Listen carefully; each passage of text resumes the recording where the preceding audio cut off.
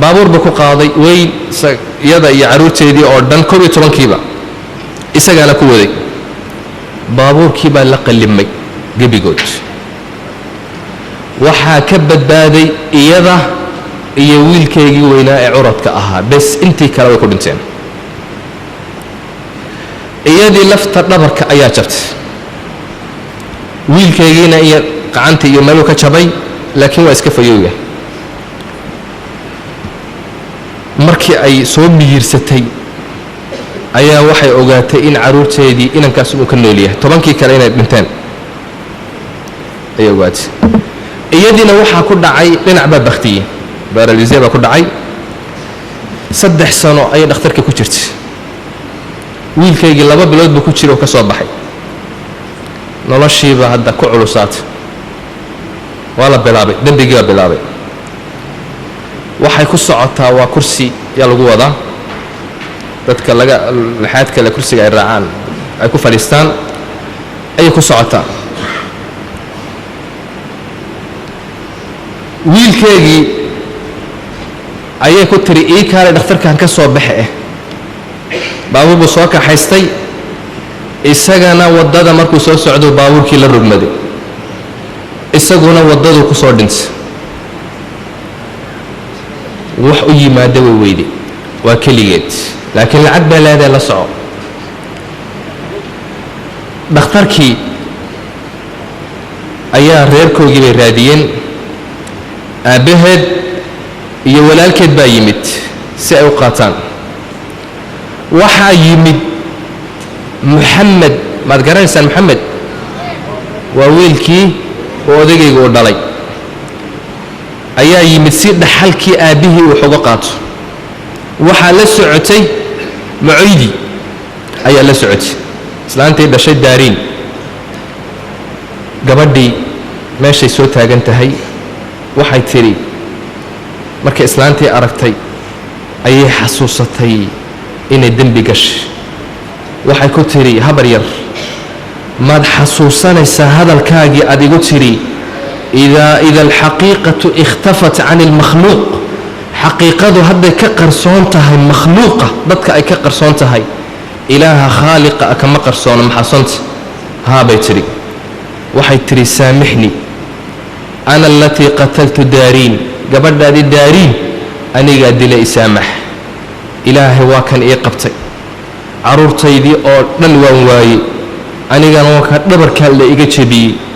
nolosha qadhaadh baan ku noolahay isaamax islaantii way ooyday waxa ay tiri ilaahay nolol xun ha kugu noolaysiiyo aakhirana ha kugu cadaabo waxa ay tiri odaygii waan waayey awlaadaydii waan waayey shabaabnimadaydii iyo caafimaadkaygii waan waayey in yar isaamax islaantii iyadoo cadhaysan oo ooyeysa ayay ka baxday jamaalaad xaggii bay reerkoogii la joogtay aabbaheed baa dhintay walaalkeed ayaa u hadhay lacagtii yaraydee soo dhaxashayna isagaa ka qaatay khamru ku cabbay uu ku zinaystay isagiina akhiiran si xun buu u dhintay jaarka ayaa lacag u soo ururin jiray sadaqadaa la siin jiray jamaalaad keligeed ayay ku nooleed maqsin yar oo cidhiidhiya cillay ku dhimatay waxaa lagu gartay dhimashadeedii maydkeygii ayaa meesha ku qurmay markaasay jaarkii uriyeen maydkii cadaabka aakhirana waa ka daran yahay dembigu waa sidaa ilaahay rabbi subxaanahu wa tacaala uu kuu kaadin laakiin maalinka uu ku qabto rabbi ku naxariisani maayo waad iska noolaan waxoogaa waad iska jiri laakiin maalinka ilaahay rabbi subxaanahu wa tacaala uu ku qabto ka fakan kari mayse waa xaqiiqo waa qisad dhaba ma aha khayaal ma aha waxaan idiin sheegay qisad kale oo dhacday oo xaqiiqiya iyaduna qisadani waa 2 usbuuc reexayso noloshaada oo dhan iyo qoyskaaga oo dhanna ha baaba'o qisadani wiil yar oo dhalinyara oo jaamacadda dhigta ayaa jaamacadda ayuu galay mar uu u soo daalay uu u soo dhibaatooday kadib ayuu jaamacadda galay markuu jaamacadda u ka sii baxayay jaamacadda ka bixitaankaygii sanad baa uga harsan ayaa waxa uu goostay inuu dibadaha u dhoofo Yurub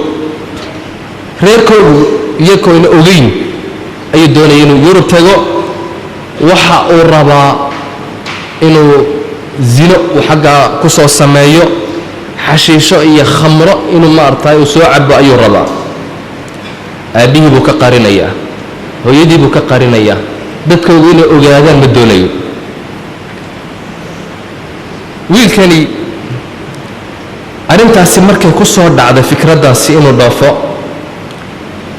uu Yurubta u dhoofo uu xumaanta uu soo sameeyo waxa uu ku fikiray siduu waalidkii way ogaanayaan dhoofkiisa siduu uga qarin lahaa arrintaasi markay ku soo degtay wuu isweydiiyey habku been u samayn lahaa wuu isweydiiyey akhiiran waxa uu yidhi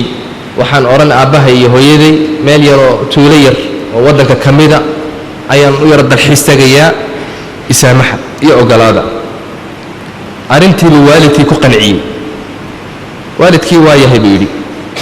aabba waan daalay jaamacadda waan ku daalnay in badan baa wax dhiganaynay maskaxdaydu nasasha u baahan tahay heysadahanaan tegayaa waxoogaa fasax lacag isii uu marsiiyey aabbihii waa yahay buu odagii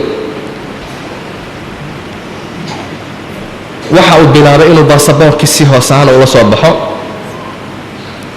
iyaga oo dadkoogu ayna ogaan kadibna safarkiisii ayuu u dhaqaaqay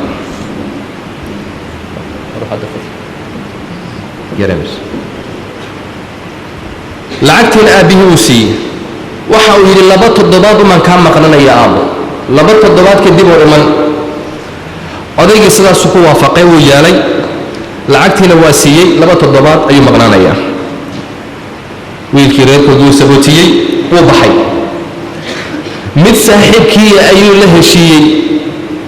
oo yidhi hoos baad ii kaxaynoo madaarkaad igayn markaan imanayana adaa i soo celin sidii buu yeelay saaxiibkii buu ugu sheekeeyey uu yidhi ha u sheegin reerka Yurub baan tegayaa xidhiidh wanaagsan haynoo dhexeeyo sidii ku baxay madaarkii buu geeyey meeshiiba ay ku sugeen waxoogaa kadibna diyaaraddii buu raacay magaaladii u rabay buu ka soo degay uu faraxsan yahay xumaan buu ku faraxsan yahay zine iyo shar buu u yimid inuu meesha inuu kusoo tunto u yimid markii uu meeshii yimid oo hoteelkii uu ku soo degay uu rabay uu jirkii hore u maydhay inuu hore u baxo rabaa caawaba inuu ka faa'iidaysto rabaa waqtiga isla markiiba wuxuu codsaday in khamro loo keeno waxa khamradii baa loo keenay gabadh yar ayaa u keentay aad u qurux badan timo dhaadheer ayaa u keentay qaawan maro yaro khafiifa xidhan waa u soo gashay wuu rumaysan waaye bahal qaawan oo khamradii wadda ingiriisiga aad uma yaqaano waad mahadsan tahay buu ku yidhi wuu sii eegay wuu sii daba dhaqaaqay way soo egto maad ii baahan tahay ku tiri may buu yidhi thank you very much wuu sii dhaqaaqay wuxuu u dhaqaaqay xagga iyo wuxuu siiyey hoosta tag hoteelka sharaabkii ka soo cab ka soo tumo markii meeshii hoose u yimid luqada aad uma yaqaano wuu jajabsadaa khamradii baa loo keenay meesha waa boqol tiriigoo kale midaba ayaa meesha oo la ciyaarayaa waa la daansayaa waa waxbaa socda meeshii buu soo degay gabadh baa u timid